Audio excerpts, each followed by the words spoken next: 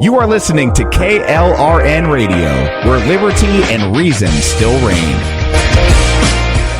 Hi, I'm Jay Farner, CEO of Quicken Loans, America's largest mortgage lender. Spring will be here soon, so if buying a new home is on your to-do list, right now is the time to call Quicken Loans. Learn about which mortgage options make sense for you and get a jump on your competition. With our exclusive Rate Shield approval, the low rate you lock today is protected for up to 90 days while you shop for your new home. With a Rate Shield approval, if rates go up, your low rate stays locked. But if rates go down, you get that new, even lower rate. Either way, you win. Talk to us today at 800-QUICKEN or go to rocketmortgage.com to take advantage. Here's another great reason to work with us. For a record 9 years in a row, J.D. Power has ranked Quicken Loans highest in the nation in customer satisfaction for primary mortgage origination. Again, to lock in today's low mortgage interest rate and get the security of our exclusive Rate Shield approval, call us today at 800-QUICKEN or go to rocketmortgage.com. For J.D. Power award information, visit jdpower.com. Rate Shield approval only valid on certain 30-year fixed-rate loans. Call for cost information and conditions. Equal housing lender. License in all 50 states. NMLS number 3030. Hi, welcome to the Subway ad for the new Sesame Ginger Glazed Chicken Signature Wrap. How would you like it? I'll take a... Sports announcer at home? Yeah, how'd you... We just know. My wife picks up the new Signature Wrap. It's got double the rotisserie-style chicken mixed with a sesame ginger glaze. She appears annoyed at me, but she shrugs it off. Those sweet and savory flavors are calling her name. She lifts the wrap and... she takes the bite! Incredible! And now she's closing the door on my... Subway, make it what you want. Limited time only at participating restaurants. Double meat basement, average 6-inch sub. I'm little teapot, short and stout. Here is my handle and here is my spout. No, Dad, like this. When I get all steamed up, then I shout, tip me over and pour me out. This is WWE superstar Roman Reigns. It only takes a moment to make a moment. Take time to be a dad today. Visit fatherhood.gov, brought to you by the U.S. Department of Health and Human Services and the Ad Council. KLRN Radio has advertising rates available. We have rates to fit almost any budget. Contact us at advertising@klrnradio.com.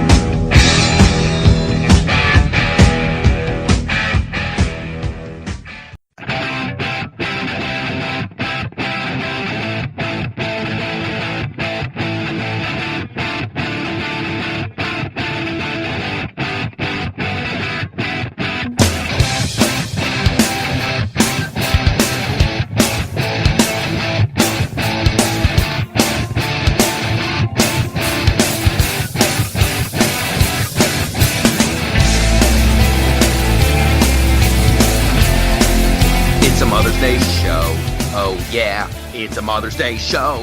Okay. I don't know why. I felt I needed to throw some Annie into there. So we'll see if we get a copyright strike over that. Welcome to the Loftus Party podcast. Welcome to the big show. I love it when we figure stuff out. And I'm having one of those moments. It might be a fake moment. It might not be based in reality. But right now, I feel like I figured something out. And so we want to share. I want to share it when I figure I'm done with other people's agendas. I'm done. I've reached the realization. I should let you guys know that we're very thrilled to have the Liberty Gimlet on the other line. There were some issues there with computers and interwebs and all that stuff, but this would be a good time for the Gypsy to say hello. Hello. And I didn't get awesome. Mother's Day off. Kidding. No. So it is Mother's Day as we record this. I hope you're having a good one. I hope you had some kind of celebration, some kind of acknowledgement of being a mom and successfully raising a couple of bear cubs to be full-blown adults. They're so well raised, they throw me a card in the morning and go to work. So, that's how we roll. Just a fun to know fact, and then we'll segue into the rest of the show. Mother's Day. This is the World War I holiday. This is the World War I. This is the pacifists who did not want their kids to march off to war, and think of the mothers whose sons are dying, and then that's when if you've seen the documentary about World War I, the Ken Burns one, that's when I think it was Woodrow Wilson kicked in the propaganda machine into high gear. Like he's like, hey ladies, what they were doing to the suffragettes was just horrific. was just horrifying. And they're like, hey, we'll let you all out of jail. We'll stop shoving tubes down your throat to force feed you gruel and oatmeal if you can get on board with our war machine. So the ladies got the right to vote. They kicked up the propaganda machine, and everybody was all of a sudden rah, rah, rah. Let's go to fight World War I. And then skadoosh, Mother's Day. So here we go. So it's a big Mother's Day should be a wonderful holiday, because who doesn't love their mom? I'm sure a lot of people, but most of us do. However, it always reminds me of the big government propaganda and how fast they turned this country on a dime. This country was so anti-war and just we wanted to be isolationists, and it was working out well for us. And then the government said, "Hey, let's turn this ship around," and all of a sudden, we were killing German people in the streets of Milwaukee, and the New York Times was celebrating it. It was it's horrifying. It's horrifying. So that's my little segue into big government, small government, Mother's Day. I think it worked out pretty well. Mother's Day, or no, my whole little intro there. Oh, okay, the whole thing. Yep. Yeah. Okay. So here's something that I figured out. So this is kind of new. Like I'm gonna set my own table from now on, meaning I have my priorities. I have the bigger picture of the right, of conservatives, of libertarians, I have the small government people in mind, and I have my own ways of solving these problems. Right? You and I, we talk about this on the podcast. We have solutions, and we were talking about this, I think, last week, about how it's really awesome how Trump can do this and how he just sets his own table and doesn't follow the media. So that's what we're doing too. I'm done with it. It's stuff that you're going to get here and you're not going to get anywhere else. So congratulations. You're all wonderful and smart, and we celebrate you for subscribing to this podcast, which, by the way, Kung Fu Rick, if you follow the Loftus Party on Twitter, Kung Fu Rick, he's our numbers guy here, and the numbers are up. We're up like 20%. Skaboom. Skaboom. It's great.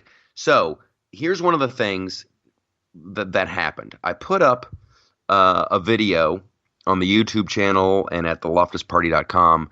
Alyssa Milano called for a sex strike, okay? So for whatever reason, there's so many jokes. There's just an inherent funniness in that. I mean, come on. Alyssa Milano calls for a sex strike. How do you not comment on that? So as usual, I put it on the YouTube channel first. Mm-hmm. Then I go to theloftusparty.com, and then this morning, a full 12 hours later, I put it on Facebook. Mm-hmm. So, and again, this is the second time. There's a person, and I'm not going to name names because it doesn't really help anything. This is to the bigger point. A person on Facebook comments, "You got to stop doing this. Pretty much just ignore them and they'll go away.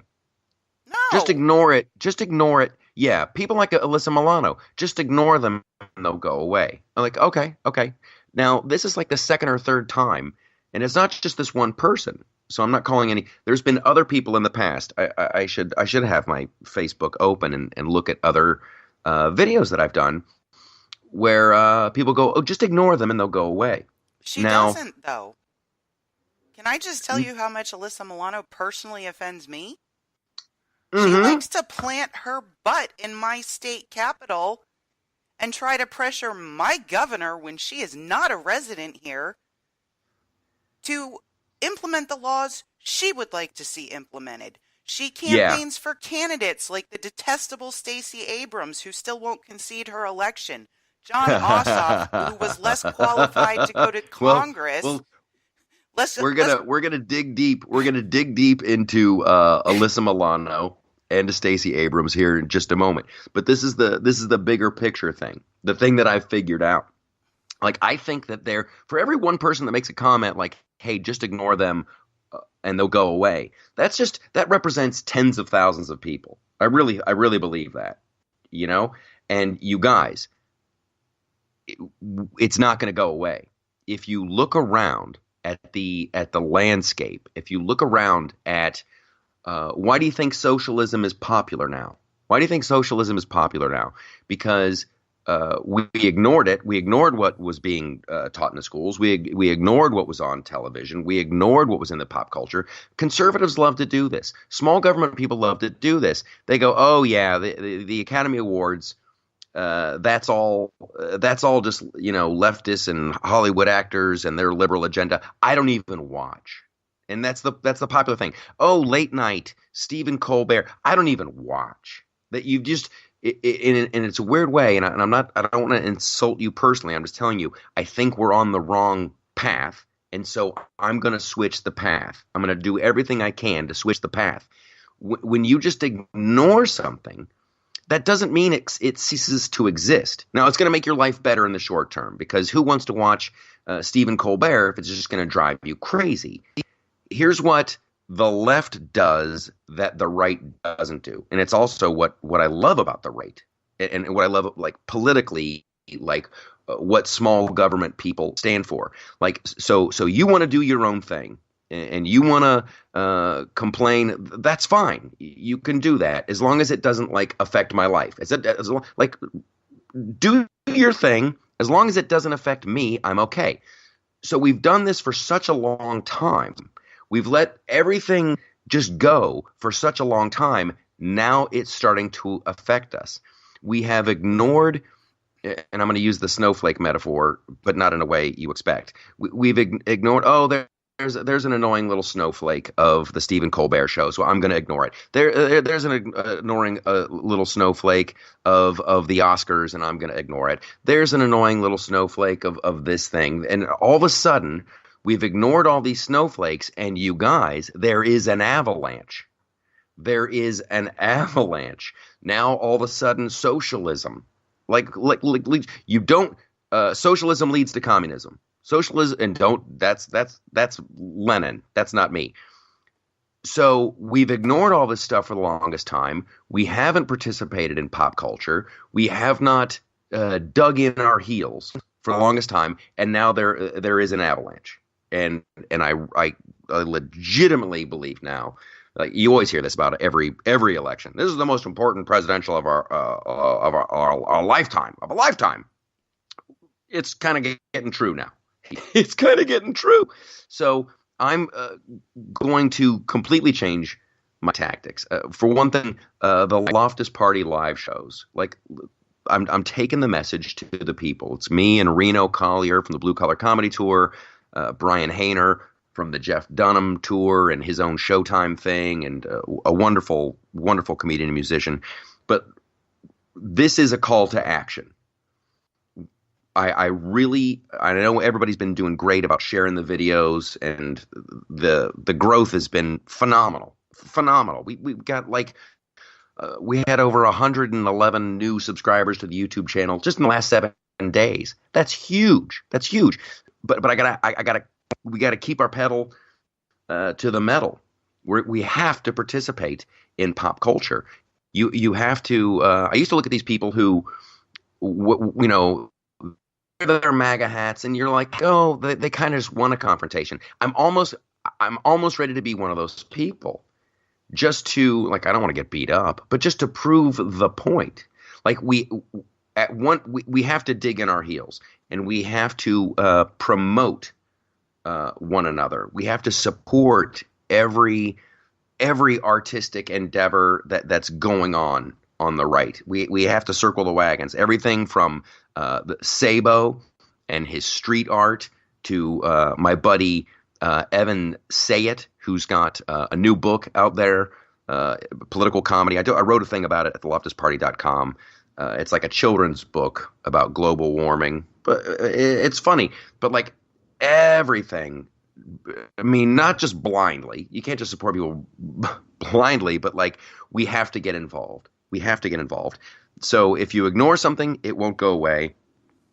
And that's where I am. I'm very excited about the tour. I'm very excited about, well, it's not a tour. It's a collection of independent cities, but we're going to a lot of places. So when Alyssa Milano does something, like call for a sex strike, I'm going to comment on it. I'm going to make a video about it. So now we have to dig in to Alyssa Milano. That I've set the table. I'm not going to go down the list of what, you know, Chris Wallace was talking about on Fox News or Media Buzz. I've flipped the switch. I've turned over a new leaf. So Alyssa Milano has she starts tweeting yesterday about a sex strike, and I could have been so dirty. Did you see the video? No, because it said it was restricted. Say what? I got a notification on Facebook that says we've removed your video due to a copyright claim. Oh my Lord. I took that down. I took that down. Oh, okay. That was me. Oh my Lord. Here's what I did. No, that's the only notification I got. I'm like, Michael, what did you do? There is a song.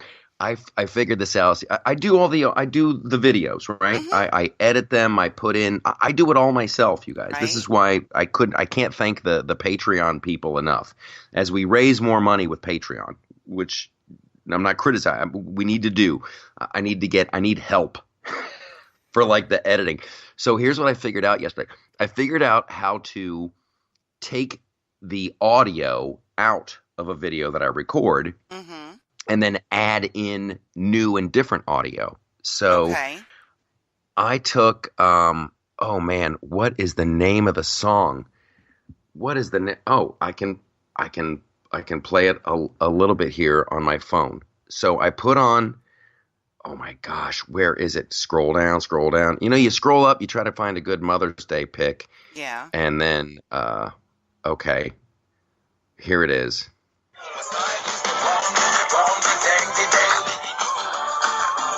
I don't want to get in trouble for that.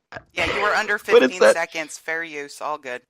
Okay. My style is the bomb with the bomb, dangy, dang, diggy. So it's that song from like the 90s. Mm-hmm. So I have a Make America Great Again hat because I was promoting the Loftus Party live shows. You know, like come on out to see. So I have this Make America Great Again hat on, and I have that song playing, not just in the background, but the sound quality is fantastic. Because I put that in as the new audio. It made me laugh so hard for like an hour. I was just crying. And I'm like, this is the funniest thing ever. So I edited it down to like 54 seconds because I wanted to be able to put it on Twitter. I want to be able to put it on Facebook and Instagram. And man, talk about Big Brother. No kidding. I put that thing on Instagram, and I'm talking about 5 seconds later. 5 seconds later, they're like, we're taking this down because of copyright. I opened my phone this morning. I'm like, what did we do? Because we didn't just piss off anybody. It was Warner Brothers or somebody like that. I'm like, oh my God. The instant I look at the message from Instagram, skaboom. Here comes one from Facebook, like Noki Doki. So I removed it. Okay. I removed it. It was very funny. It was very silly. But it's the kind of thing that, like, I would love to be able to, just pay. Like, hey, you know, what's fair use on this? And they go, okay, give us $1,000. I don't know. I'd love to get to the point where like that didn't matter. Like I can just do the funniest thing. And that's a great segue too. It's like, God bless you people that support us on Patreon, and God bless everybody who's subscribed to the YouTube channel and goes to loftusparty.com. That's what we want to do. We want to do like the funniest thing. I don't want to have to think like, oh, is someone going to be mad? Like, stop paying attention to her. You're just adding to the problem. I just want to do the funniest thing and not have it taken down. You guys have no idea the level of frustration that I have as a comedian. You have no idea, like trying to play within the lines and having to second guess, like, I can't do that. It's pushing too hard. And then you have the people, you know, on the far right who are like, hey, man, that guy doesn't have any. You know that, like, it's all judgy. Hey, why don't you be brave? And like, hey, when you're brave and you're super edgy, they deplatform you. And and Twitter has just been insane lately, and Facebook has just been insane. So I said this last week, and I'll say it again. Like, I'm trying to play within the lines. I just want to do the funniest thing that I can. And with my Alyssa Milano, that one, I've already gotten warnings from YouTube, like, oh, this will probably get demonetized just because sex is in the title of it. But like Alyssa Milano about it won't. Say what? I bet she'll do a video about it, or someone associated with her. First of all, well, they'll do a video and they'll do hashtag sex strike and it won't be demonetized. Absolutely. It all depends on which side of the issue you're on. And, I mean, it's to the point that Facebook has said if you post about Alex Jones, if you post about Paul Watson, if you post about Milo, you're going to get your post removed. Yes. You're not even allowed to have an opinion on these people. Michelle Malkin did a video about censorship generally and used them as examples, and they banned it. Mm-hmm. It's like we all know. It's like, oh, we don't want anyone to know what we did. Well, we all know what you did. You announced it to the media, you dopes. Yeah. Yeah. And I tell you, once again, kudos to you. Big shout out to the Gypsy at Gypsy Camp. That the point that you brought up on last week's podcast about the protections that they have as publicly traded and privately, that's the only place I've heard that argument. This is the only place that I've heard that argument. And then I think a couple days ago, someone else might have echoed it. Finally smiled? In the press. Do you know when I smiled? When Steven Crowder's half Asian lawyer, Bill, said it on their show. I was like, a lawyer agrees with me. Yeah. Yeah. And I tell you what, Steven Crowder, man, that guy, listen, if you listen to the show and you have contact info for Steven Crowder, hit me up. Michael at theloftusparty.com. I gotta get in cahoots with Crowder. I'm already in cahoots a little bit with Owen Benjamin. I got to get into cahoots with Crowder. I want to get in cahoots with everybody. Owen's got his contact info? Yeah, you know what? I should reach out to Doy. I'm such a moron. See, it's simple stuff like that that I completely miss. There's something wrong with my brain. Mom's here. Okay. So, thanks, Mom. So, getting back to the Alyssa Milano of it all. She's just a garbage person. I pulled some punches with her because she has this tweet like, now that women's reproductive health, is being taken away, or our reproductive rights are taken away, we can't have sex anymore because we can't risk pregnancy. So, you know me, my first joke is I'm thinking, well, okay, so if you can have sex because you can't risk pregnancy, how is that mouth doing? How you would have been. We have a lot of. My first joke is in my head is like, we have a lot of other options, Alyssa. We have a lot of. I can think of many things we can do. So anyway, I gave Alyssa the mom pat on the back. I'm really so proud of her. I really am. She's making the pro-life case. Women do have a choice. You can choose to abstain. You can choose to use an effective method of birth control, and there are plenty of them. The pill ain't it. You should watch my video, because that's exactly what I said, too. I told her you could choose to engage in sexual pleasure that does not result in pregnancy. Wink, wink. Wink, wink. It's like, are you 12? Number one. Fantastic. Number two, like, on what planet does it make sense for Alyssa Milano, who is a resident of California, who can go down to the local clinic and do whatever she pleases throughout pregnancy? Okay? Yeah. Why does she need to deprive her husband over a law that was passed in Georgia? Are you stupid? I guess it's a throwback to some ancient Greek play where all the women decide to stop having sex, to stop the men from going to war. And of course, the Greeks, they did other stuff too. Alyssa, it's wonderful. Like, I love it when, and this is like, it goes back to the person, just ignore and she'll go away. How can you ignore? It's like someone is like rolling in an all-you-can-eat buffet of wonderfulness. When someone who is politically on the other side, go ahead, like when they're making their point for you, I want to celebrate that. Exactly. I want to celebrate that. Yeah, don't have sex unless you want to make a baby. That's awesome. Case. Thank you. Awesome. And if I have one more person stomp onto my timeline and call a baby a parasite, I'm going to lose my mind.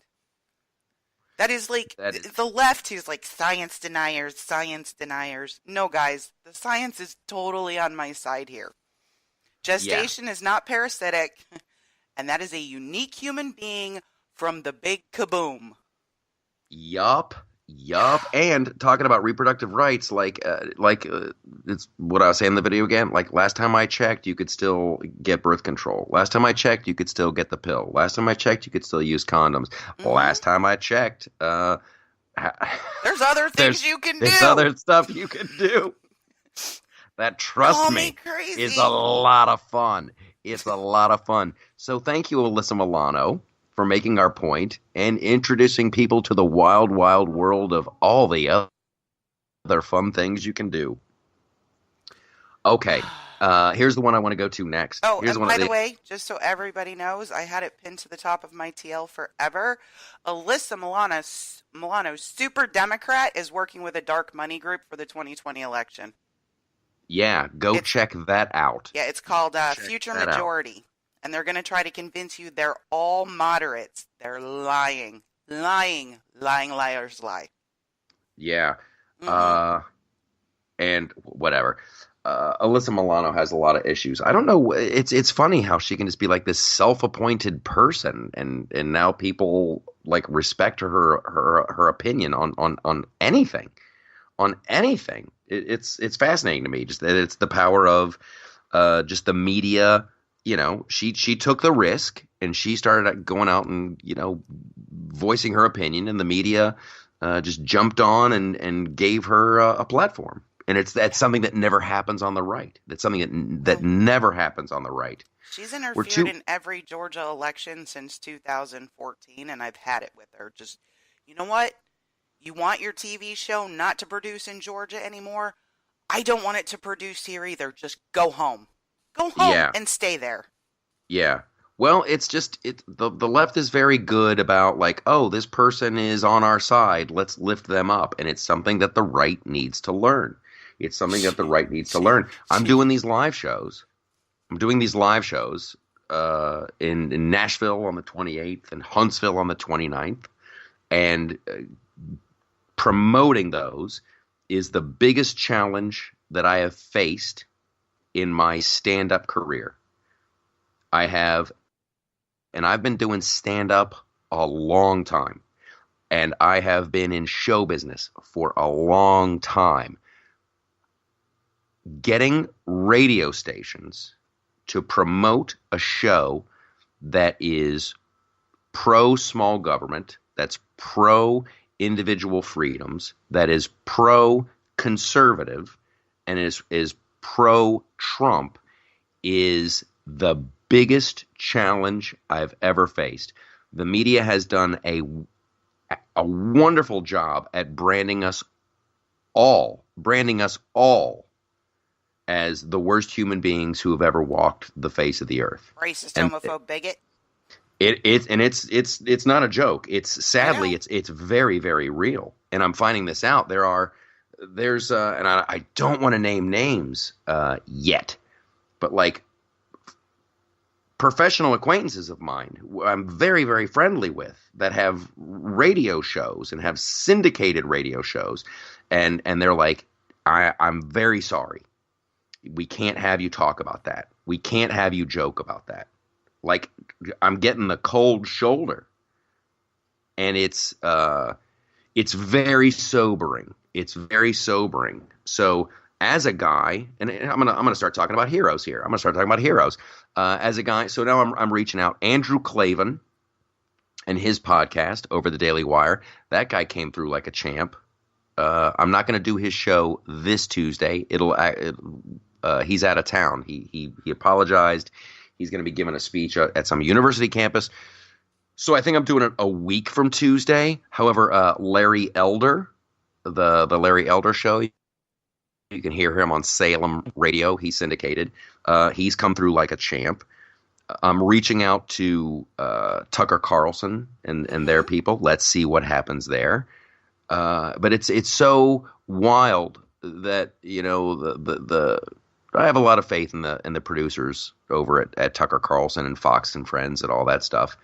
I think most people are unaware of just how bad it is. So, well, I think you're going to tell them. Mm-hmm. Mm-hmm. And I think that's where, and it's just, it sucks because I've really, really wrestled like this. I've really, really wrestled with this because I don't want it to come across as sour grapes. I don't want it to be. So this is you guys listening to the show. I just want you to know where my mindset is. Like, I will go toe to toe comedically with anyone, anywhere, at any time. I have like zero fear of that. It's fun. I like doing stand-up. I love telling jokes. I have a lot of faith in my material. And I have a lot of faith in Brian Hayner's material. And I have a lot of faith in Reno Collier's material. And Steve McGrew and Terrence K. Williams and everyone, right? The problem is it becomes a self-fulfilling prophecy on the side of the left. Because what they do is they freeze you out. They go, oh, you're going to put on a comedy show at Zany's in Nashville and Huntsville, Alabama, and in Kansas City and all these other cities. All these other comedy clubs who believe in the freedom of speech are on board. They're like, yep, you can use the club this night. So, but the left, then you get locked out. Oh, you can't promote it on the radio. And and because things are so bad, there are charities. Listen to this. There are charities, veterans charities that we want to raise money for, who are like, we can't risk being associated with you because it might turn off some of our liberal donors. And we don't even know how many liberal donors we have, but we can't risk turning them off. So then you have this thing like, okay, so you can't work with the charities to raise money. You can't go on radio stations to talk about your show. So then you're reduced to a grassroots thing, a Facebook thing, email lists and stuff like that. So if the show is not a huge success, then everybody on the left goes, well, hey, it looks like you're a failure. Looks like you're a failure. And then to the common, average person, yes, it does. It looks like, oh, they put on a show in Nashville and it didn't sell out. Must not have been that good. And it's tough to shake that. It is tough to shake that. So as we get closer to the end of the month, and as you're going to see, I'm going to be dialing it up on Facebook. I'm going to be very annoying on Facebook and Twitter and YouTube and Instagram, the places that I feel like I do have some control. And I'm going to be reaching out to more people. It is a self-fulfilling prophecy. It's like they're cooking the books on the left. It's like the talk show I was out pitching. Oh, we love the show. This is great. This would make a lot of money. We can't put it on the air because it might offend some people. We can't put it on the air because we can't look like we're pro-right. So everyone ignores the problem, and everybody's like, that's too bad. But the average person goes, well, if it was really funny, it would be on the air. No, that's not the case at all. That's not the case at all. Nope. We're getting locked out. I hope it's not too late. Now, and I hope people like myself and the people who listen to the show, we got to kick it up a notch. We got to kick it up a notch. On the upside, it's worse than we thought. Yes. You do own talk radio. So if you can get on with the elders of the world and the Andrew Clavins, et cetera, et cetera, et cetera, that has some significant reach. So let's keep pushing that way. I always want to be hopeful. Radio. I always want to be hopeful. And if anybody who's like, hey, Rush Limbaugh's my second cousin, hit me up. Michael at theloftusparty.com. There's a dude I know, very talented. I don't want to out anybody. That's the other thing. Like, I can't even speak freely. Like, a buddy of mine has this cool experience, and I can't even talk about it because, like, it might have bad repercussions for him. His uncle is Judge Napolitano on Fox Judge News. Knapp. Yeah, Judge Knapp. Yeah. Judge Knapp, who I think is angling for something. He is angling for something. But I like Judge Napolitano. I actually ran into him last time I was down at Fox. You know, he's very libertarian. He's not. It's not like he's some far right, commentator or anything like that. I mean, he's always been really civil liberties, and this is what the Constitution says. I love him. Yeah. I think he went out of his way to go toe to toe with Trump a little recently, and that's fine. That's fine. That's the other thing that like people don't understand, and this is like the wonderful thing about getting back to the pop culture of it all. Like Adam Sandler on Saturday Night Live last week. That was fine. It was wonderful. It was a great show. He took a bunch of shots at liberals. He took a couple shots at Trump. It's awesome. Nobody has a beef with that. It's when it's totally one-sided. I can't forget to talk about this.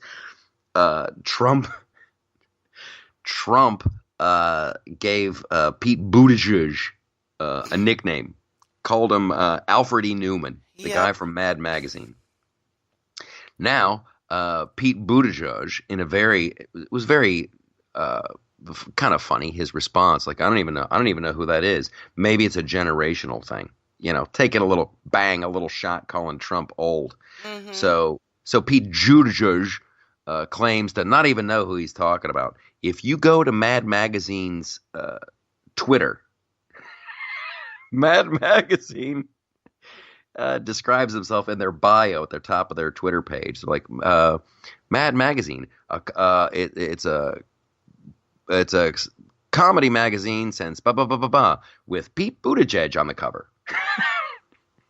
It's like they're not even calling Alfred E. Newman anymore. They're calling it Pete Buttigieg. It's fantastic. One of their tweets said something like, "I don't even know who Pete Buttigieg is. Must be a generational thing." I was like, yes. I love it. And then the other funny thing is about it, when you look at it, it looks like Pete Buttigieg. Like, wow, Trump was right. He was right. It does. Alfred E. Newman looks like Pete Buttigieg. Okay. Some other good news. Some stuff that I want to get to. And this is once again, don't follow the herd. Do your own thing. Rasmussen just came out with their latest poll. Trump is killing it in the African American community. He's killing it. He has record high approval ratings. 40% of African Americans support Donald Trump now. Or approve of the job he's doing. Yes. Yes. That's got to terrify some people. That's why you don't hear about it in the media. Mm-hmm. You don't hear about it in the media.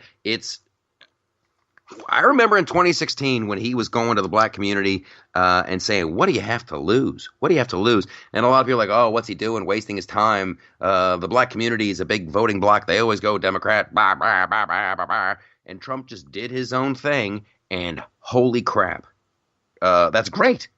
40% of the African American community just approving of the way the nation is going, approving of what Trump is doing.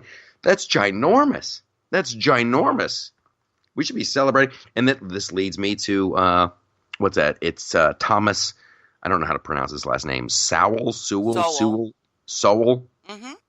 And I love it when a comedian tells a great joke. When a comedian tells a great joke and there's no extra words, there's no extra. Seinfeld's really good at this. At like word economy. Kaboom. He's a scientist. Mm-hmm.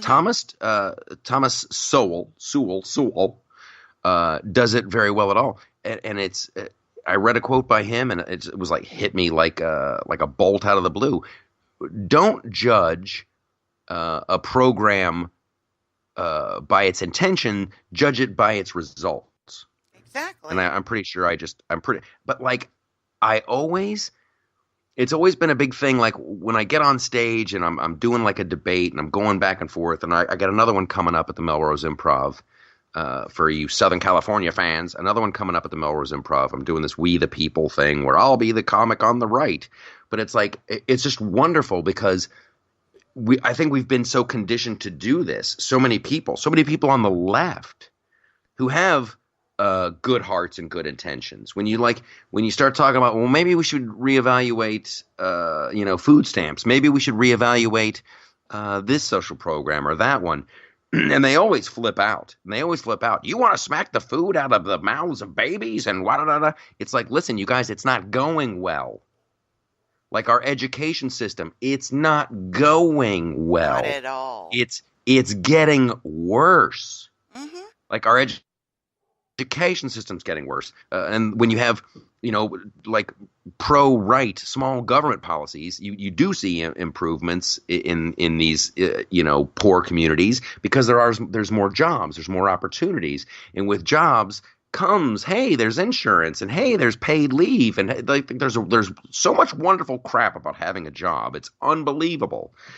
So don't judge, and this is for you guys at cocktail parties when you go out and you get into political arguments and someone accuses you of being a monster. It's like, listen, everybody's for helping people.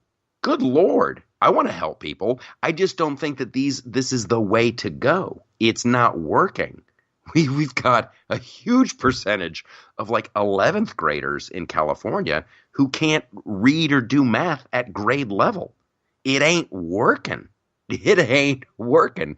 So that's just a little nugget for you guys. When you are out at parties and you get into political discourse, you can still be a nice person. When somebody goes, "Oh, you want welfare?" Blah blah blah blah blah. It's like, no, I still want to help people. I just think we need to figure out a different way. So it's wonderful. Good on you. Good on you, President Trump, for doing the outreach. And holy smokes, you know what else interests me? I want to see what the effect of the opportunity zones is happening. That has to be kicking in right now. I think people are investing in the real estate and investing in the communities. That's going to start paying off huge dividends soon. Mm-hmm. Huge. I sadly feel like you're not even there anymore. No, I'm here. You were just on a roll. I wanted to make sure you were done. Oh, that's awesome. I tried to jump in and then I was like, nope, not going to happen. Oh, I'm sorry. I get so excited about stuff. I get excited about the whole, and I get excited, but then I'm frightened at the same time. If I can just be honest. Super excited about the Horowitz report. I'm such a wonk.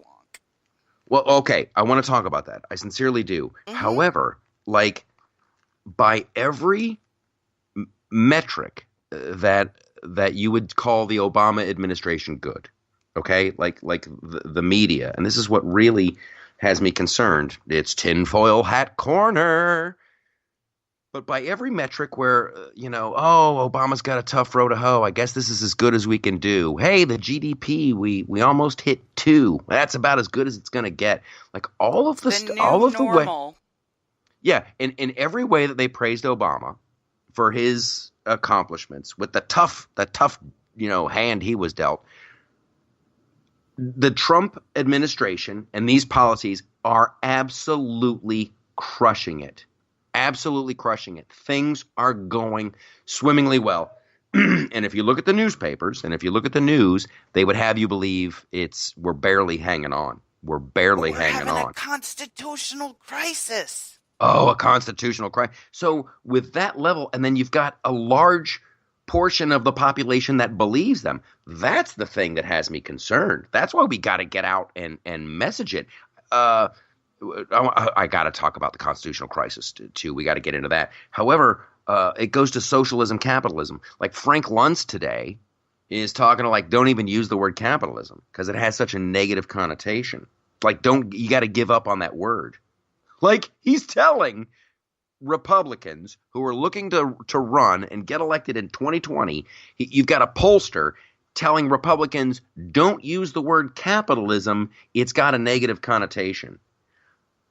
That should frighten everybody. I love capitalism. Yeah, yeah. When capitalism is a dirty word, we got a huge problem. We gotta get vocal. So here's the other one that they're running with. They're running with constitutional crisis. And if I hear constitutional crisis one more time, and if I hear about how Congress is in charge of oversight, and we're just trying to do oversight. If Congress doesn't have oversight, then we're lost. It's the constitutional crisis. It drives me nuts. Yes. Congress comes up with bills, and they try to make those bills into laws. That's one of their gigs. And yes, they are a check on power, and we have 3 branches of government. Yada yada yada. And yes, they're in charge of oversight. How I don't believe they're in charge of witch hunts, though. That's where I think the pushback is. I am talk about a guy who's not worried about a constitutional crisis. Me, yours truly. Skadoosh, are you worried over there, Gypsy? I'm not too worried, but I mean, listen, you know,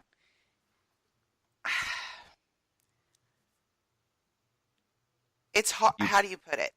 There you go. How do you put it? I'm trying to stay optimistic because I used to consider myself a happy warrior, right? Yes. Around everything politically, culturally, and everything else. I was like, I've been pro-life since I was a teenager, right? But I was never in your face with it. Now I want to be in your face with it, which is not a happier warrior mentality. Agreed. You know? And it's tough. It's getting very tough. And I find myself being sarcastic more. I find myself using the occasional ad hominem attack, which is not my best look. And it's getting exceptionally frustrating. The whole thing. I agree with you. And I really, and this is, I'm not even kidding you. Like I think about this stuff a lot, as a performer, as a writer, and I'm kind of willing to give up on Hollywood for now. Mm-hmm.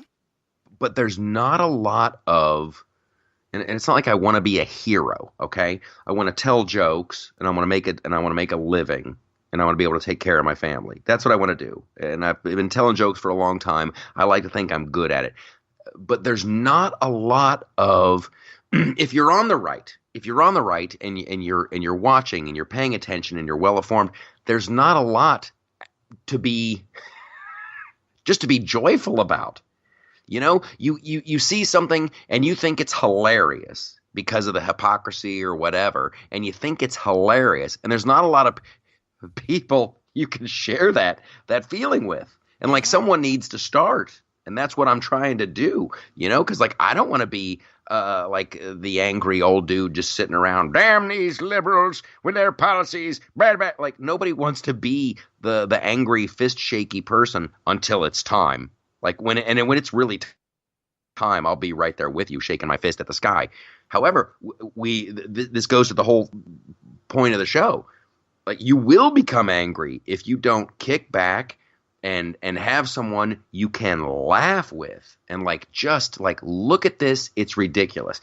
This is an idea that is so ridiculous we have to make fun of it. And it's like this dalliance with socialism now. Like I love it when people mock Alexandria Ocasio-Cortez. I love it. She's so dumb. And she is. And that's the other one. That's the other one where people are like, just ignore her and she'll go away. And I'm like, no way. Her. You can't ignore her because behind her, and I've said this before and I'll say it again, she is the most visible, but she is not the only one. The Justice Democrats had a 10% win rate for the candidates they ran year one out. If you think they have not huddled down and are not going to get better, more organized, and grow, you're insane. And you, what was the other article that you wrote, I think, for the Resurgent about the money behind her and isn't that part of it as well? No, it's more the money behind the climate movement generally. Okay. Yeah, the Justice like the Green Democrats, New Deal. Yeah, the Justice Democrats actually didn't raise a lot of money last cycle. They spent very little. But they're very digitally savvy, and what people don't understand, and where the right goes completely wrong, and is really going to get their tails kicked. On the left, there is this entire structure that they basically lifted up and ripped off from the American Red Cross. It's literally unrelated financial organizations that function as a national headquarters, a regional headquarters, and local chapters, and the vast majority of the work that gets done on the left is done by volunteers. Yeah. Their donors are not concerned about ROI because they see winning the culture war as payback. Yeah. The donors on the right don't see it that way. They certainly don't. They certainly don't. And that's that return on investment, that ROI. We're going to have to be discussing that with some people in the next couple of weeks. Wink, wink. Gonna be doing it. Well, I mean, I don't know. Andrew Breitbart has been tried to tell them for years. Politics is downstream of culture. Politics is downstream of culture. It's not an incorrect statement. It is but not. If you want, other than elections and electing an actual public official, right? Donors on the right to support your initiative want a return on the investment to a large degree. And so then you have to turn something that you're trying to influence the culture with into a money-making opportunity. So me, who wants to go out and teach young men between the ages of 16 and 18 who probably are not going to college because it's not their bag, right? About economics, entrepreneurialism, skill acquisition, and all the things I've been doing for my life, I can't ever turn that into a money-making venture.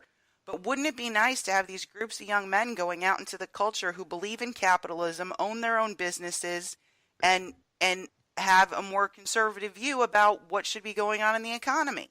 That would be 110% awesome. But you can't that would be, ever... and not only just not to blow smoke up your skirt, but like, not only is that wonderful, but like, instead of going to college, you learn a trade and you have your own business. I think that's what you're saying. You know, you're an electrician, you're a plumber, you know how to fix things, you're a carpenter, you know how to make things.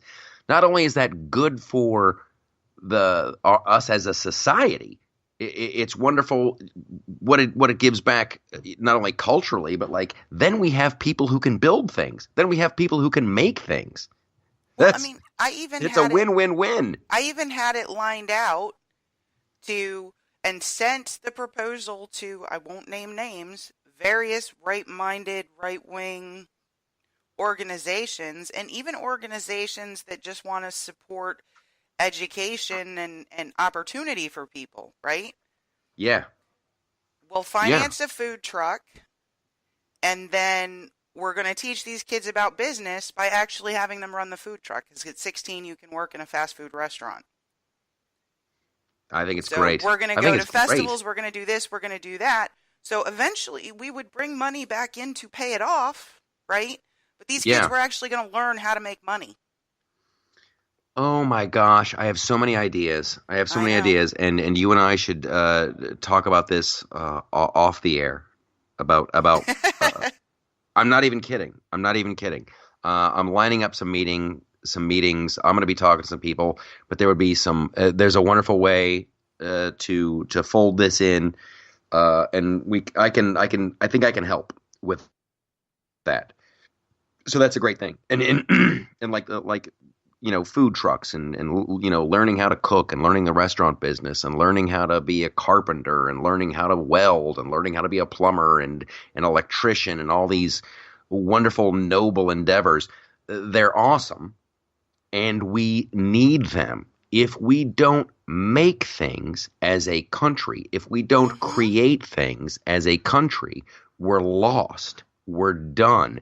And that is why, ladies and gentlemen, Trump is going toe-to-toe with China right now. And oddly enough, I find it very, very interesting that even Chuck Schumer is on board. Even Chuck Schumer is like, yeah, we got to straighten this out. We got to straighten this out. And for Joe Biden to be like, oh, China, they're not our competition. Come on, man. China, we're addicted, I think, as a country, to the incredible bargains that we get. Like China has this giant workforce, and there's a 60 Minutes years ago that you can go back and watch. I'm sure it's online. How Walmart would just go to China, and they would look at a product like a lawn chair or a lamp or whatever, and they would tell the Chinese manufacturers that's too expensive. You right now you're making it for $2 a unit. You have to make that thing for $1 a unit, and then we'll consider selling it. So they would have this fierce competition going on in China about how low can they get the price, how low can they get the price. And it's, listen, when you're starving to death in China and living in the kind of poverty only a few of us can imagine here in America, you'll figure out a way to do it, and you will work your tail off for, $5 a week. That's a huge pay raise. So the playing field isn't fair. And so as we bought these super cheap products from China and imported them all, and yes, we listen, I did it too. I'm like, holy smoke, I can get a DVD player for $80. I'm in. Like, I'm jamming on it just like everybody else. However, all the companies that manufactured televisions in the United States are just gone. They're gone. The people who make electronics they're almost gone. We almost lost steel. Mm-hmm. For the love of God, we almost lost steel. You can't own a company or own property in China without partial Chinese ownership. Yes, and then they're going to steal intellectual property. Exactly. And there's another thing that they do. I'm sure you are aware of it, but like they'll come into these American companies. You're an American company, and you sell the red squeaky ball, and the all of a sudden these Chinese investors are like, ooh, we want to invest in the red squeaky ball company, and they invest, and then as investors they look and see how you made the red squeaky ball. And as soon as they figure it out, they're like, okay, bye-bye, red squeaky ball company. And then they open up the orangish red squeaky ball company in China, and they put you out of business. Mm-hmm. So the other big move that was going on there, and it was all of them, all of the major agricultural equipment manufacturers, and those are U.S. companies. John Deere, Massey Ferguson, right? Yeah. All of them were looking to do joint ventures over there. You can't manufacture anything without Chinese ownership. You can't go over there and own. Chinese manufacturers can come over here and own their own facilities and make their own stuff. We can't do the same over there. And it's high time that we level the playing field. High time. It's high.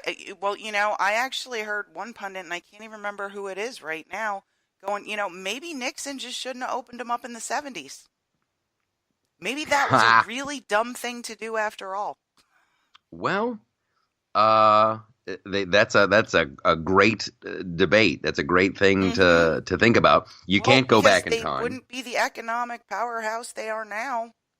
They certainly wouldn't. They However, absolutely wouldn't. And maybe the humanitarian in me is like, how many people did we save? Like legitimately. Then we're talking about social programs that work. So there's a million Muslims over there in gulags right now. What are we doing about that? Nothing. Well, that's that's a topic for another day. And they're not gulags, they're re-education camps. They're learning. I don't even want to get into that. Okay, if you Google re-education camp, the definition of gulag comes up. Well, there's one of the inherent dangers of communism. That's what you got to be on the lookout for. Did you see AOC saying she wanted to take all the money from prominent Republicans, basically? She only wants Betsy DeVos's money and these, there's like 10 of them, she says. I'm not talking about all the rich. I'm talking about yacht owning, basking in the sun, Betsy DeVos. Yeah, she's got. So and Leonardo she's very DiCaprio, eager. Right? AOC. So Leonardo DiCaprio. That's one you want? But he's a good one. He's a good one. So he can keep his stuff. monkey. That's not authoritarian at all. I swear, that chick tweets way too much about these lists. I swear to God, it's not her. So scary when she's like, I'm going to put you on a list, and then we'll see. I don't believe it's actually her tweeting. I think it's Sakrit Chakrabarty, her chief of staff, because he is an authoritarian little twit. Well, that's always the danger. That's always the danger. You get into this whole, the government is the end-all, be-all, the government has all the power, and then someone you hate gets that power. This goes back to something a friend of mine said on this program years ago.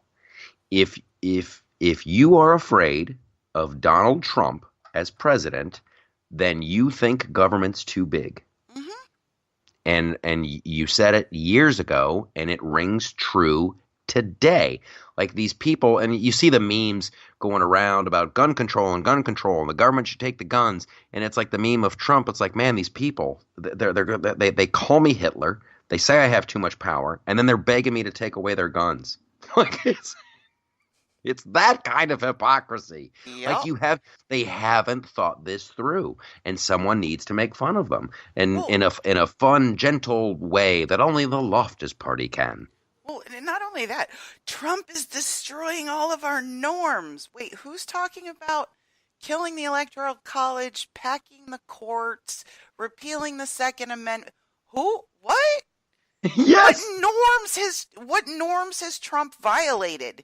He has never once defied an injunction. His vice president is actually going through the court process to stop district judge from doing nationwide injunctions, which are unconstitutional. He doesn't just defy them like Obama did.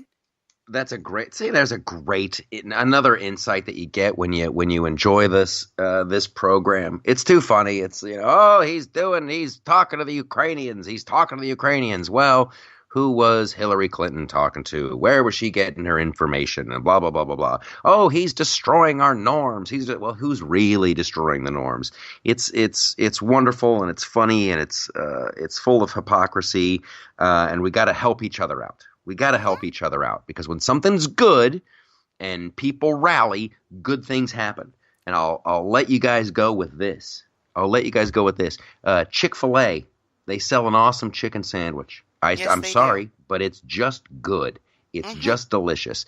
They're closed on Sundays. People boycott them. People talk a lot of horrible stuff. Chick-fil-A is about to become the third biggest fast food restaurant in the nation. Well, and the dumb activists don't know the Cathy family doesn't own them all. They're actually franchised, which means they're independent business owners. So that's really who you're screwing, dummies. Yeah, it's too funny. All right, you guys, wonderful, wonderful show. I hope you had a wonderful Mother's Day, and I hope you're having a great rest of the week. Here's how it's going to lay out. It's Monday as you listen to this. This is the new podcast. We're going to put out a new video probably on Tuesday. It's like a Tuesday, Wednesday thing. Then we'll have, of course, there's tons of new content at theloftusparty.com. Paul Hare is doing a bang-up job over there. Make sure you get his book. That it's available. Lisa does wonderful stuff. We've got Gloria doing great stuff. We got a new guy, John Rathbone, is contributing very funny stuff. He wrote a great article about the Chinese and the trade war. We've got new episodes of Bullet Points that come out like on a Wednesday or Thursday. There's more videos. There's so much stuff. You got to get involved. So sign in, sign up. Once we approve you and we know you're not a crazy bot, then you can post stuff too. It's just going to get bigger and bigger and bigger because you people are awesome. Thanks for supporting us on Patreon. Have a great rest of your day. Gimlet, I'm glad your internet works. Thank you. All right. I'll talk to you guys later.